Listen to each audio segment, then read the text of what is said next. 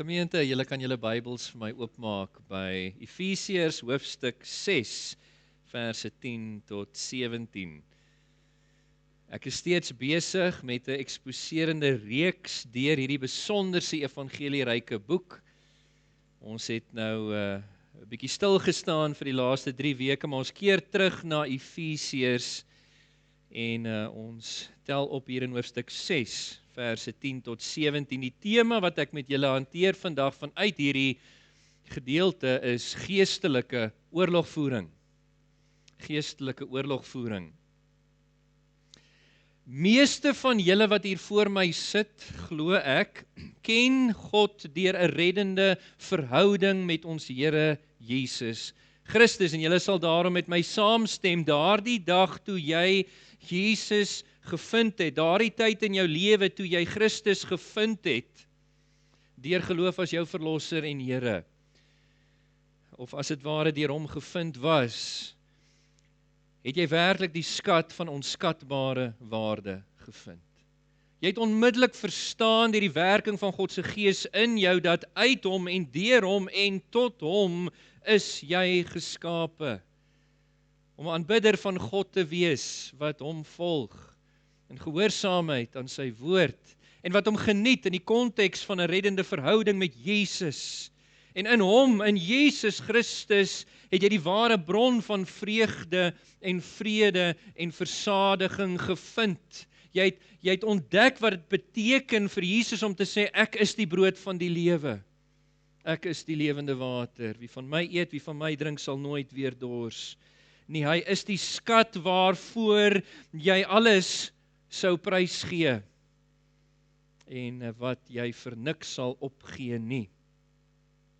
Ek vertrou dit is jou belewenis van redding deur Christus Jesus. En tog, baie gou het jy en ek bewus geraak, deur bekering en geloof, dat ons 'n oorlogsveld betree het, toe ons Jesus Christus aangeneem het as verlosser en Here van ons lewens. Satan en sy demoniese magte wat ons grootendeels uitgelos het voorheen, het ewe skielik 'n realiteit, 'n groter realiteit beginne word. Hulle is nie gelukkig gewees met jou belewenis van God se verlossende genade nie, en dit het 'n aanvang van daardie geestelike stryd in jou lewe beteken. Nou in ons teks vandag bespreek die apostel Paulus hierdie geestelike stryd waarin elke gelowige gewikkel is. Julle sal onthou, Paulus die apostel wat hierdie brief skryf dit vanuit Rome terwyl hy onder huisarrest is. 'n tyd van sy lewe waarvan ons lees in Handelinge 28 vers 30 en 31. En Paulus was konstant dag vir dag deur 'n Romeinse soldaat bewaak. En hy was elke dag blootgestel aan die wapenrusting wat hierdie soldaat gedra het. En hy gebruik dit dan hier, soos wat hy hierdie brief afeindig, as 'n gepaste analogie of illustrasie om vir die gelowiges te skryf oor geestelike oorlogvoering.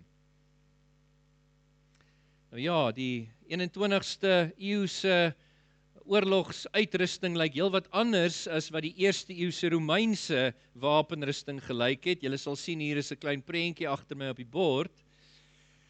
Die uitrusting, die wapenrusting wat die eerste eeuse Romeinse soldaat gedra het, het bestaan in volgorde soos hulle dit aangetrek het. Eerstens deur 'n belt, om die middel wat daardie loshangende kleed saamgetrek het om verstrengeling in die stryd te vermy.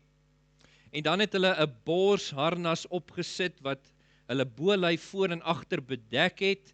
Dit was om die mees belangrike organe van die liggaam te bewaar in die stryd. En daarna het hulle die skoene aangetrek wat vir hulle stewige vasstrap gegee het in die stryd en waarmee hulle ver ente kon stap. En as hulle hierdie dinge aangetrek het, dan het hulle opgeneem die skild wat vleiende pyle en daardie houe van spiese en swaarde kon keer. Hulle het die helm op hulle hoof gesit om die kop van fatale houe te beskerm, en helaas die swaard, 'n kort swaard in die hand geneem waarmee hulle aanvallers kon immobiliseer in die stryd. Dit was die wapenrusting van die eerste eeuse Romeinse soldaat. En is aan die hand hiervan dat Paulus met ons praat vandag, of liewer dat God deur die geïnspireerde pen van Paulus met ons praat oor die geestelike stryd. Nou voordat ons indelf in ons teks, wil ek vind dit is belangrik vir my om geestelike oorlogvoering te definieer, bietjie meer te verduidelik in die lig van die ontsettende groot onkunde en verwarring wat daar bestaan in die wêreld vandag oor geestelike oorlogvoering. Daar bestaan by sommige die onbybelse idee, wat teoloë na verwys as die dwaling van dualisme, dat God en Satan twee gelyke magte in die heelal is, wat stryd voer met mekaar oor die siel van die mens. Niks kan verder van die waarheid af wees as jy jou Bybel lees nie. Die woord van God leer vir ons dat God en Satan is hoegenaamd nie gelyke magte in die heelal nie. God is die soewereine skepper, die soewereine maghebber, die almagtige een wat sit op die troon waarvan die heelal regeer word. Satan en sy demoniese magte is bloot skepsels, geskape deur God. Satan het volgens Bybelse leer in die begin, nadat God alles goed geskaap het, leer ons in Genesis 1 vers 31, ook Satan was baie goed geskape. Iewers tussen Genesis 1 vers 31 en Genesis 3 vers 1 waar ons Satan op die aarde sien, besig om deur die agentskap van die slang die eerste mense te verlei. Iewers daartussen het Satan in opstand gekom weens sy hoogmoed en hy het 'n derde van die heilige engele oorgehaal om saam met hom op te staan in rebellie teen God. En God het sonder moeite hom en daardie engele uit die hemele gewerp. Dis daardie engele wat ons ken as die bose geeste, die demone, die weermag van Satan. En op aarde het Satan toe deur die agentskap van die slang, lees ons in Genesis 3 vers 1 tot 7, te werk gegaan om ook die eerste mense, Adam en Eva, ons voorouers, te verlei om in opstand te kom, net soos hy, teen God. En dit het gelei tot die sondeval. En ons weet volgens Bybelse leer dat direk na die sondeval van die mense het God 'n belofte gemaak. Die eerste evangelie belofte in die Bybel, in Genesis 3 vers 15, dat hy deur die saad van die vrou 'n verlosser sou opwek, sou stuur om die vyand te oorwin en uiteindelik te vernietig en ook om die gevolge van die sondeval terug te draai. En daai verlosser, sê die Bybel vir ons, is ons Here Jesus Christus, wat deur sy verlossingswerk die oorwinning behaal het oor Satan. Hierdie oorwinning of stryd op Golgotha wat Jesus aangesê het teen Satan en sy demoniese magte, word vir ons mooi uitgebeeld in die boek van Openbaring in hoofstuk 12 vers 7 tot 9 as 'n kosmiese oorlog waar tydens Michael en sy engele oorlog gemaak het teen die draak en sy engele en hulle die draak neergewerp. Jesus het oorwin en dit is wat die Nuwe Testament ons leer. In tekste soos Kolossense 2 vers 15, dit sê dat hy het die bose magte uitgeklee en meegevoer deur sy triomftog oor hulle aan die kruis. Hebreërs 2 vers 14 sê dat Jesus het hom wat mag oor die dood gehad het, oorwin en verower. 1 Johannes 3 vers 8 sê, Jesus het juis hiervoor verskyn om die werke van die duiwel tot niet te maak. Christus het oorwin en daarom, geliefdes, Satan is 'n oorwonne vyand. En sy finale vernietiging by die wederkoms van Jesus is verseker en naby. En daarom is Satan nou in die kerkera, in hierdie tyd wat ons leef, so gestel daarop om skade te berokken, soveel as wat hy kan aan God, se geliefdes, dit wat vir God belangrik is, die appel van sy oog, naamlik sy bruid, die kerk, jy en ek. En hy sal alles doen in die tyd wat hy oor het, want hy weet sy tyd is min, om skade aan te rig. Sy strategie is om jou en my te versoek op 2 fronte. Hierdie is baie belangrik. Hy kom na jou en my toe van buite af, en hy kom na jou en my toe van binne af. Van buite af versoek hy ons deur die verloklikheid van die wêreld waarin ons is. Hy versoek ons deur die filosofieë, deur die idees, deur die opinies, deur die goddelose waardesisteem, deur die sondige plesiere en praktyke van die ongelowiges om ons. So versoek hy ons van buite af, deur die wêreld.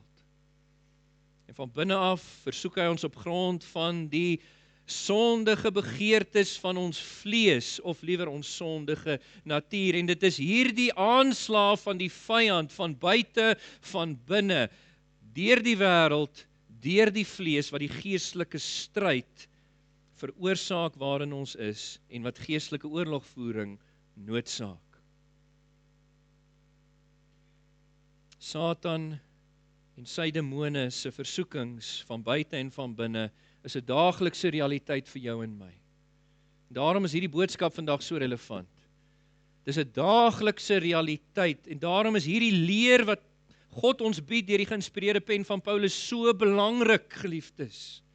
Want die aanslag van die vyand, soos julle weet, kan soms intens wees, dit kan soms uitgerek wees, en indien ons nie ingelig is oor hoe om in daai stryd te staan nie, sal Satan ons uitoorlê.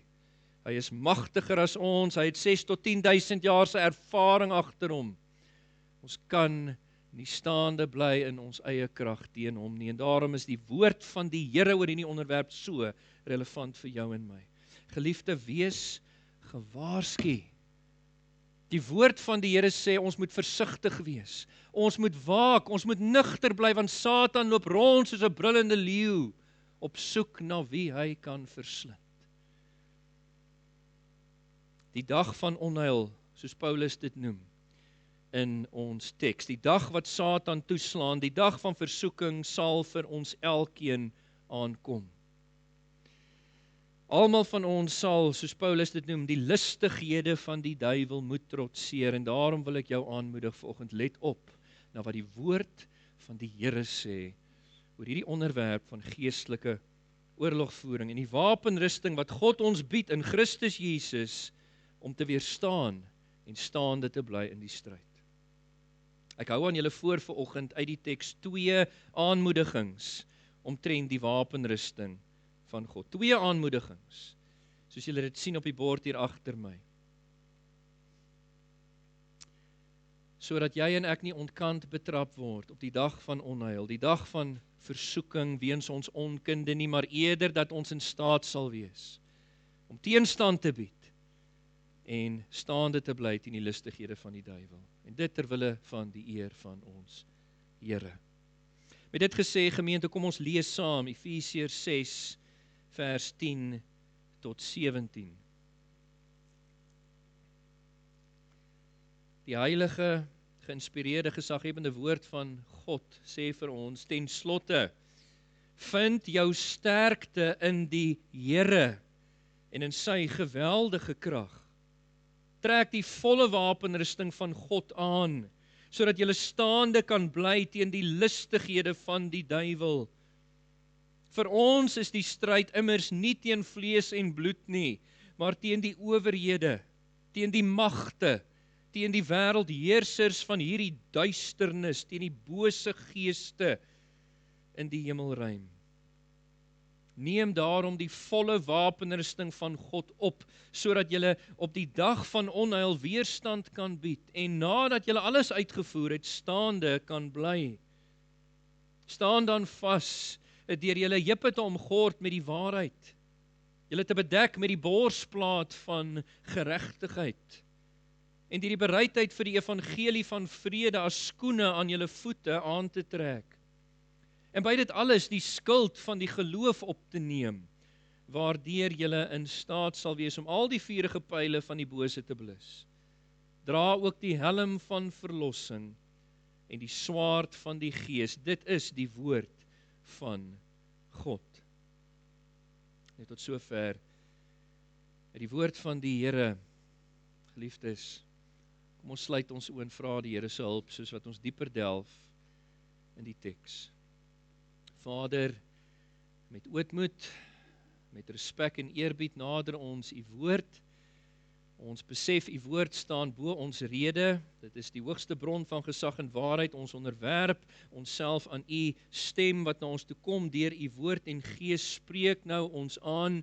Here, werp neer elke skans, elke verkeerde idee wat ons mag hê oor hierdie belangrike onderwerp en lig ons in lyn met u geopenbaarde waarheid. Dat ons mag groei in ons kennis van u. Asseblief, mag u woord die doel bereik waarvoor u dit uitstuur. In Jesus naam. Amen. Goed, geliefdes, 'n heel eerste aanmoediging wat ek tot julle rig vanuit hierdie teks is: besef jou behoefte na die wapenrusting van God. So belangrik. Besef jou behoefte. Hoe noodsaaklik die wapenrusting vir jou en my is. Ek lees weer vir ons verse 10 tot 13. Kyk saam met my in julle Bybels. Hou julle vingers in julle Bybels. Volg saam met my. Leer saam met my. Die woord sê ten slotte, vind jou sterkte in die Here en in sy geweldige krag. Trek die volle wapenrusting van God aan, sodat jy staande kan bly teen die listighede van die duiwel. Vir ons is die stryd immers nie teen vlees en bloed nie, maar teen die owerhede, teen die magte, teen die wêreldheersers van hierdie duisternis, teen die bose geeste in die hemelruim. Neem daarom die volle wapenrusting van God op, sodat jy op die dag van onheil weerstand kan bied en, nadat jy alles uitgevoer het, staande kan bly. Geliefde, Satan is 'n magtige vyand. En daarom is bonatuurlike sterkte nodig om hom teen te staan en uiteindelik vas te staan in die geloof. 'n Bonatuurlike sterkte wat vir ons verwoord word hier in vers 10, vind jou sterkte in die Here en in sy geweldige krag. Paulus sê dit want hy weet goed dat aardse krag, menslike krag, wat ons meet in terme van fisiese sterkte of emosionele sterkte of intellektuele sterkte, dit is van geen nut, dit is nutteloos teen 'n geestelike wese soos Satan. Daarom lees ons in vers 12, Paulus herinner ons vyand is inderdaad 'n geestelike wese, want ons stryd is nie teen vlees en bloed nie, dis nie teen iets tasbaar. 'n Menslike vyand, soos wat die Romeinse soldaat teen sou veg nie. Ons vyand is geestelik. Ons stryd is teen die owerhede, teen die magte, teen die wêreldheersers van hierdie duisternis, teen die bose geeste, die gevalle engele in die hemelruim, dit wil sê Satan en sy demoniese weermag. En teen 'n geestelike wese moet die gelowige bekragtig word met geestelike krag, naamlik 'n krag, soos vers 10 sê, wat nie in jou is en van binne jou afkom nie, maar 'n krag wat van buite jou afkom. Daarom sê hy, vind jou sterkte nie in jouself nie, maar in die Here. Dis 'n krag wat te vinde is in die Here, in sy geweldige krag. Nou, hoe word hierdie krag van die Here, wat jy en ek nodig het vir die stryd, ons in? Hoe eien ons dit vir onsself toe? Paulus antwoord vir ons hier in die teks. Dit is deur middel van die opneem, ons kan sê deur middel van die aantrek van sekere geestelike kwaliteite in Jesus Christus deur geloof. Net soos wat die Romeinse soldaat in die eerste eeu sy wapenrusting elke dag sou opneem opnuut vir die stryd, aantrek, vasmaak om hom. Wat ons geestelike kwaliteite, daai geestelike kwaliteite wat God ons in Christus bied, so sal aantrek. 2 maal beveel Paulus dit hier in hierdie 3 verse. 2 maal terwille van beklemtoning. Hy wil nie hê ons moet dit mis nie. Let op, hierdie bevel in vers 11. Trek die volle wapenrusting van God aan. 'n bevel vanaf die Here, ook in vers 13, neem daarom die volle wapenrusting van God op. En soos julle kan aflei uit die woord volle hierso, is dat elke stuk van die wapenrusting wat hy hier lys vir ons, is belangrik. Trek die volle wapenrusting aan. En wat is die doel van hierdie wapenrusting? Hierdie geestelike kwaliteite in Christus wat God ons bied vir die stryd. Daar's baie mense met baie verkeerde idees hieroor, maar let op wat Paulus sê in die teks. Hy antwoord hierdie vraag. Die doel van die wapenrusting is om staande te bly teen Satan se versoekings wat van buite afkom deur die wêreld. Om staande te bly teen Satan se versoekings wat van binne afkom deur jou sondige natuur of vlees. En ook hier is 2 bevele wat hy gee terwille van beklemtoning. Kyk na vers 11. Hy sê trek die volle wapenrusting van God aan. Hoekom? Hier is die rede, sodat jy staande kan bly teen die lustighede van die duiwel. Om vas te staan. Hy sê dit weer in vers 13. Neem daarom die volle wapenrusting van God op. Hoekom?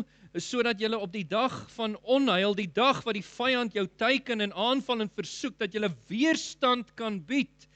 En nadat jy alles uitgevoer het, staande kan bly. Baie, baie belangrik.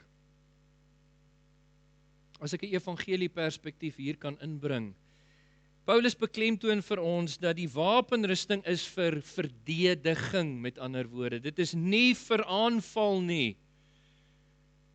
Die wapenrusting wat God ons bied in Christus is dus effektief slegs vir weerstaan. Dit is effektief slegs verstaande bly, soos vers 13 sê. Dit is nie effektief vir aanval en sogenaamde grondwen in die naam van ons Here Jesus Christus nie. Watter grond behoort nie aan Jesus nie. Die aarde en die volheid daarvan is die Here se. Wat moet teruggewen word vir hom? Jesus het reeds die offensief geloods teen Satan en sy demoniese magte op Golgotha. Soos ek vir julle gesê het, en daar het hy oorwin. Ons hoef nie weer offensiewe te loods nie. Die primêre stryd is reeds geveg en dit is oorwin deur ons Here Jesus Christus. En hy het daar op Golgotha nie net vir ons verlossing bewerk nie, maar hy het die uiteindelike vernietiging van die vyand verseker deur sy kruiswerk. Paulus wil hê volgens die teks hier, al wat jy en ek moet doen is om vas te staan in die oorwinning wat Jesus reeds behaal het oor die vyand. Ons moet weerstand bied. Ons moet vas staan in Jesus se oorwinning.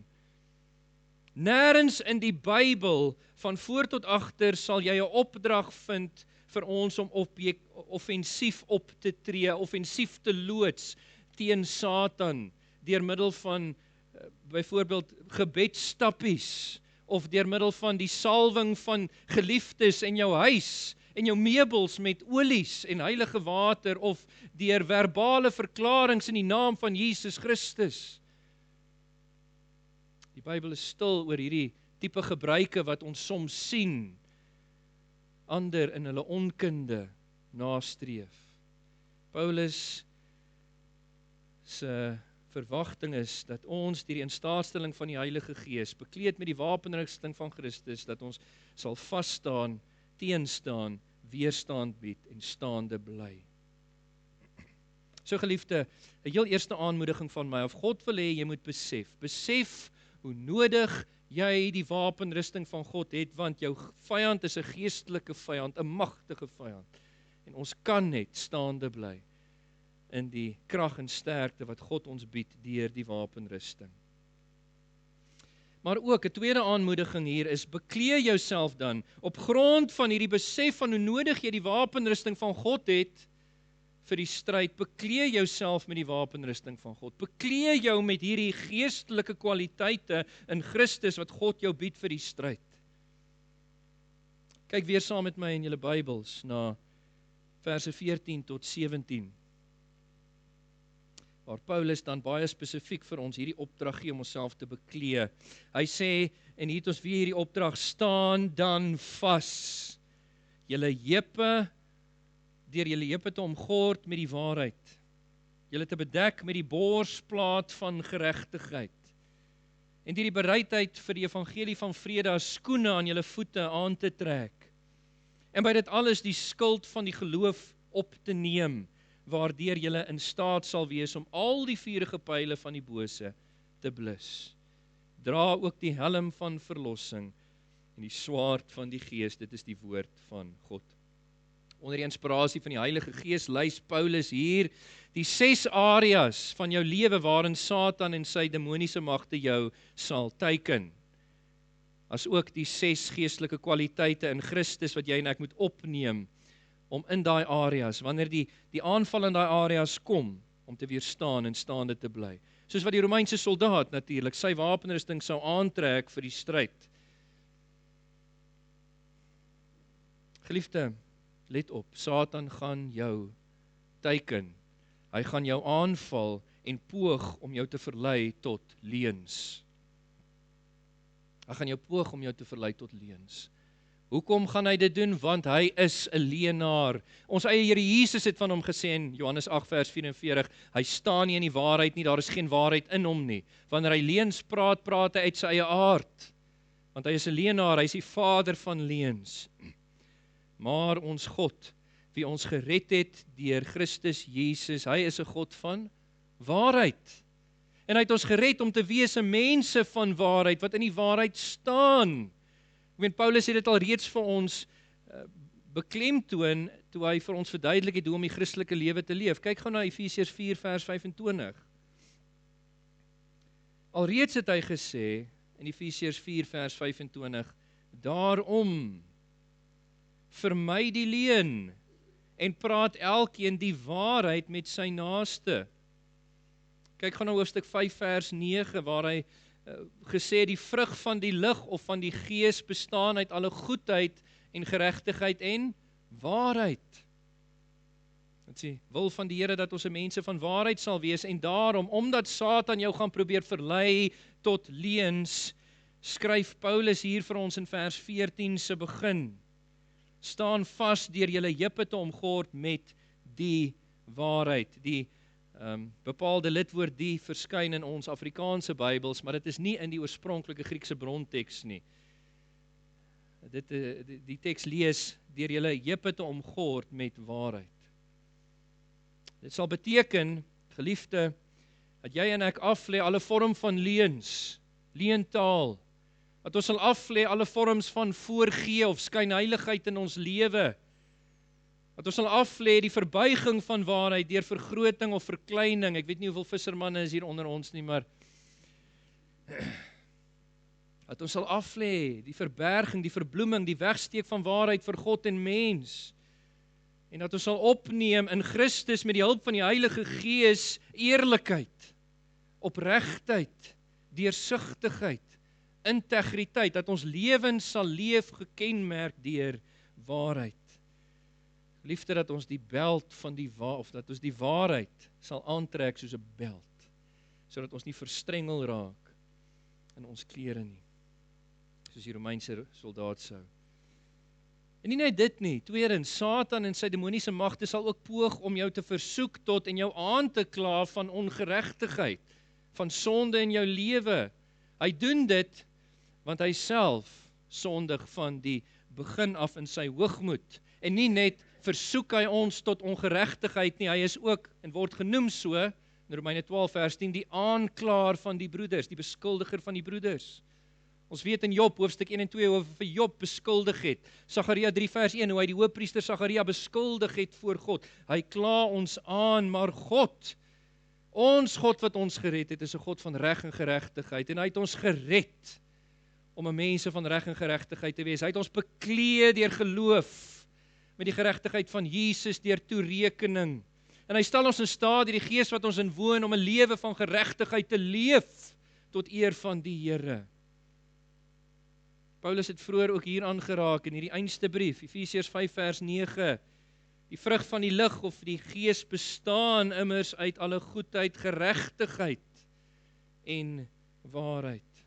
Daarom het Jesus ook gesê, soek allereerst die koninkryk van God en sy geregtigheid, om te doen wat reg is in die oë van die Here. as 'n patroon van jou lewe met die hulp van die Heilige Gees. En aangesien Satan jou gaan versoek tot en jou gaan aankla van ongeregtigheid, skryf Paulus hier in vers 14 ook, nie net om gord jou heupe met die waarheid nie, maar bedek jou met die borsplaat van geregtigheid. En hierso is beide toegerekende geregtigheid, dit wat God aan ons toereken deur imputasie op grond van geloof, Jesus se eie rekord van sondelose volmaaktheid, geregtigheid wat aan ons toegereken word, wat ons mee bekleed word in Christus, maar dit sluit ook nie net posisionele geregtigheid in nie, maar praktiese geregtigheid. Ons lewe van geregtigheid wat ons nastreef in die naam van ons Here. Hierdie woorde om jouself te bekleed met die borsplaat van geregtigheid beteken dat jy sal aflê alle forme van ongeregtigheid, geliefde. Dit wat die Bybel bestempel as sonde en ongeregtigheid. Ons het 'n paar lyste in die Bybel.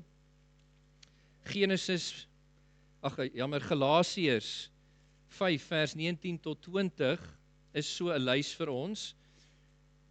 Wat praat van die werke, die praktyke van die vlees, die sondige natuur, dat ons sal aflê onsedelikheid, onreinheid, losbandigheid, alle forme van seksuele sonde met ander woorde, afgoderry, towery, vyandskap, twis, jaloesie, woede, selfsug, tweespalk, skeringe, afguns, dronkenskap, gevyf, brassery en allerhande sulke dergelike dinge, dat ons hierdie dinge aflê. Ons is immers van dit gered deur ons Here, dit is weens ons ongeregtighede wat hy vasgenaal was aan die kruis. Hoe kan ons daarin voortleef, sê Paulus in Romeine 6, as ons in Christus gesterf het vir 'n lewe van onbekeerde sonde. En dat ons sal opneem vertroue in Christus se toegerekende geregtigheid waarmee ons bekleed is. Satan kan ons kom beskuldig van ons sondes, maar God kyk na ons deur die bril van Jesus. Hy sien ons aan as justified, asof ons nog nooit gesondig het nie. Dat ons sal vertroue hê in posisionele geregtigheid in Christus, maar ook dat ons sal nastreef met die hulp van die Gees praktiese geregtigheid en gehoorsaamheid aan God se woord. Geliefdes, dat ons die borsplaat van geregtigheid aantrek ten volle. Derdens, Satan sal jou nie net probeer verlei tot leuns nie. Hy sal jou nie net versoek tot en aankla van ongeregtigheid nie. Hy gaan jou ook probeer ontmoedig om die evangelie te verkondig. Het julle dit al beleef? O, hy doen dit. Hy ontmoedig ons om die evangelie te verkondig, want hy haat die mens. Hy wil nie hê dat die mens gered word deur God se genade nie. Hy's 'n mensemoordenaar, soos Jesus hom genoem het. Hy wil sien dat die mens ten gronde gaan. Satan is die een wat nie wil hê dat die saad van die evangelie in mense se harte moet indring nie. Hy is soos daai voël wat die saad van die paadjie afkom weg ruk voordat dit kan ingang vind in die hart. Hoeveel keer lees ons in Handelinge en in die sendbriewe van Paulus dat hy het beplan om iets te doen of by mense uit te kom, maar sodat hy die evangelie kan bedien, maar God het toegelaat dat Satan my verhinder, weerhou. Hy gaan ons ontmoedig om die evangelie te verkondig, maar ons God wat ons gered het, is 'n God van vrede. Hy het die eerste tree en elke ander tree daarna geneem om na ons toe neer te buig deur die evangelie, om vrede te bewerkstellig in Christus tussen ons en hom en tussen ons en mekaar. En hy het ons hierdie opdrag gegee om die evangelie van vrede te gaan verkondig. Markus 16 vers 15, om die evangelie aan die ganse mensdom te verkondig. Daarom, omdat Paulus weet dat Satan gelowiges sal probeer ontmoedig om die evangelie te deel, sê hy hierso in vers 15, en saam met die beld van waarheid, saam met die borsplaat van geregtigheid, dat ons aantrek die skoene vir die bereidheid vir die evangelie van vrede. Vers 15. Dit impliseer, geliefdes, dat jy en ek sal aflê toenemend alle vrees, dat ons sal aflê alle skaamte vir die evangelie, want die evangelie is die krag van God tot redding vir elkeen wat glo. Daar's duisende verlore siele rondom ons wat die evangelie nodig het. Hulle gaan nie gered word as ons nie die evangelie met hulle deel nie. Daarom is dit so belangrik dat ons hierdie bereidheid bewaar as skoene aan ons voete. Aflê alle vrees en skaamte vir die evangelie en dat ons sal opneem in Christus met die hulp van die Heilige Gees die gewilligheid om elke geleentheid wat God ons gee, by die huis, in jou familie en vriendekringe, by die werk, by die winkel, in jou buurt, waar ook al, 'n verdediging te gee van die hoop in jou, soos Petrus skryf, 1 Petrus 3 vers 15, sonder die Here af in julle harte, en wees altyd gereed om 'n verdediging te gee van die evangelie hoop in julle, dat ons dit altyd sal doen. Nooit hierdie skoene een kant laat lê nie. Trek dit opnuut elke dag aan. Soek en skep daai geleenthede om die evangelie van vrede te verkondig. Daai blye boodskap waardeur jy en ek ook vrede gevind het met God en mekaar. Dis nie al nie, Satan gaan jou aanhits tot twyfel. Dit ken ons goed. Hy gaan jou aanhits tot twyfel in God, primêr. In God se bestaan. Hy gaan jou aanhits tot twyfel in God se beloftes. Is dit regtig waar? As ek kyk na my omstandighede, hy gaan jou aanhits tot twyfel in God se karakter, sy persoon, sy werke, alles omtrent God. Hy doen dit want hy haat God. En hy loop rond soos 'n brullende leeu op soek na wie hy kan verslind. Hy haat God so dat hy God se beeld in jou en my wil vernietig. Maar God, ons God wat ons gered het, is geloofwaardig, geliefdes. Hy het ons gered en in ons bewerk deur die wedergeboorte van sy Gees 'n geloof in hom, om 'n mense van geloof te wees. Dis hoekom Jesus gesê het vir sy disippels in Johannes 14 vers 1, moenie bekommerd wees nie, moenie ontsteld wees nie, glo in God, glo ook in my. Omdat Paulus weet, Satan gaan ons aanhits tot twyfel in die Here God, skryf hy vers 16, saam met die beld van waarheid, die borsplaat van geregtigheid, die skoene vir die bereidheid vir die evangelie, sê hy, en by dit alles, die skild van die geloof op te neem, waardeur julle in staat sal wees om al die vuurige pyle van die bose, die pyle wat jou wil laat twyfel, te blus. Daarom lê af, geliefde, alle ongeloof, alle twyfelagtigheid met betrekking tot God, sy bestaan, sy beloftes, sy karakter en so meer. Ons kan bankvas staan op sy woord. Is betroubaar en geloofwaardig. Ons kan opneem 'n vaste geloof in Christus met die hulp van die Heilige Gees. 'n Geloof in God waar sonder ons nie die Here kan behaag nie. Soos Hebreërs 11 vers 6 sê, die wat tot God gaan moet glo dat hy is. Sonder geloof is dit onmoontlik om hom te behaag. Dat ons hierdie geloof in God sal opneem soos 'n skild en al die vuurige pyle van versoeking wat ons wil laat twyfel, dat ons dit sal blus daarmee. En dis nie al nie. Satan sal jou ook wil aanhits tot twyfel in jou verlossing, nie net in God nie, maar ook in jou verlossing, jou saligheid. Hy doen dit want hy is 'n verleier en hy saai onsekerheid by mense. Hy doen dit al van die begin af. Maar ons God is 'n verlosser. Ons ken hom as die een wat ons verlos het, in wie ons verlossing gevind het. En aangesien God se verlossing oor ons in Christus Jesus so vas en so seker is, kan ons sekerheid hê en geniet oor ons saligheid. Ons hoef nie onseker te wees nie. Daarom skryf Paulus vir ons hier in vers 17 se begin, dat ons ook die helm van verlossing moet aansit.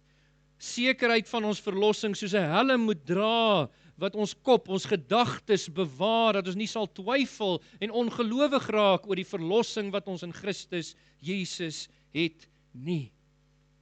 Lê af alle ongeloof en twyfelagtigheid met betrekking tot jou verlossing in Christus, geliefde. As jy inderdaad sy verlossing gesmaak het deur bekering en geloof in Jesus Christus en neem op in die Here met die hulp van die Heilige Gees sekerheid van saligheid op grond van die beloftes van die woord. Ek meen, ons lees in Johannes 1 vers 12, 11 en 12. Jesus het gekom na sy eie toe, sy eie het hom verwerp. Hulle het hom nie aangeneem nie, maar almal wat hom wel aangeneem het, aan hulle wat glo in sy naam, het hy die reg gegee om kinders van God te word. Hulle is gebore nie uit enige menslike middele nie, maar uit God van bo. 1 Johannes 5 vers 13, ek skryf hierdie dinge aan julle wat glo in die naam van die Seun van God, dat julle kan weet, seker kan wees dat julle die ewige lewe het. Sit op sekerheid van jou saligheid in Christus as 'n helm, om jou gedagtewêreld te bewaar van twyfel oor God se verlossing in hom. En dan ook, Satan sal jou aanhits tot twyfel in God se woord ook, nie net in hom nie, nie net in sy verlossing nie, maar ook in dit wat hy gesê het. Dit doen Satan al van die begin af. So vroeg as Genesis 3 vers 1 tot 7 lees ons dat hy na ons eerste voorouers Adam en Eva toe gekom het. En daai saadjie van twyfel gesaai het, het God regtig gesê.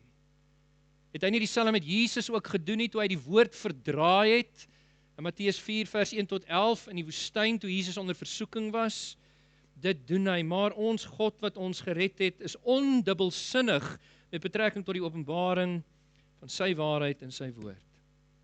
En dit is sy begeerte, geliefde, dat elke individuele gelowige geheilig moet word in sy waarheid. Dis wat Jesus gebid het in Johannes 17 vers 17. Vader, heilig hulle in u waarheid, u woord is die waarheid. En hy begeer dit nie net vir die individuele gelowige nie, maar vir ons as 'n gemeente ook. 1 Timoteus 3 vers 15 sê ons is die pilaar en grondslag vir die waarheid, wat hy in sy woord geopenbaar het. Maar die waarheid so belangrik is, en omdat ons primêr soos Jesus in die woestyn Satan se versoekings teenstaan met die waarheid van die woord, sê hy vir ons helaas hier in vers 17. Nie net die helm van verlossing op te neem nie, maar ook die swaard van die Gees. Dis die swaard van die Gees, want die Gees het dit geïnspireer. Die Gees gaan nie vir jou enigiets ooit anders sê as wat hy hierin gesê het nie. Die Gees het die woord geïnspireer.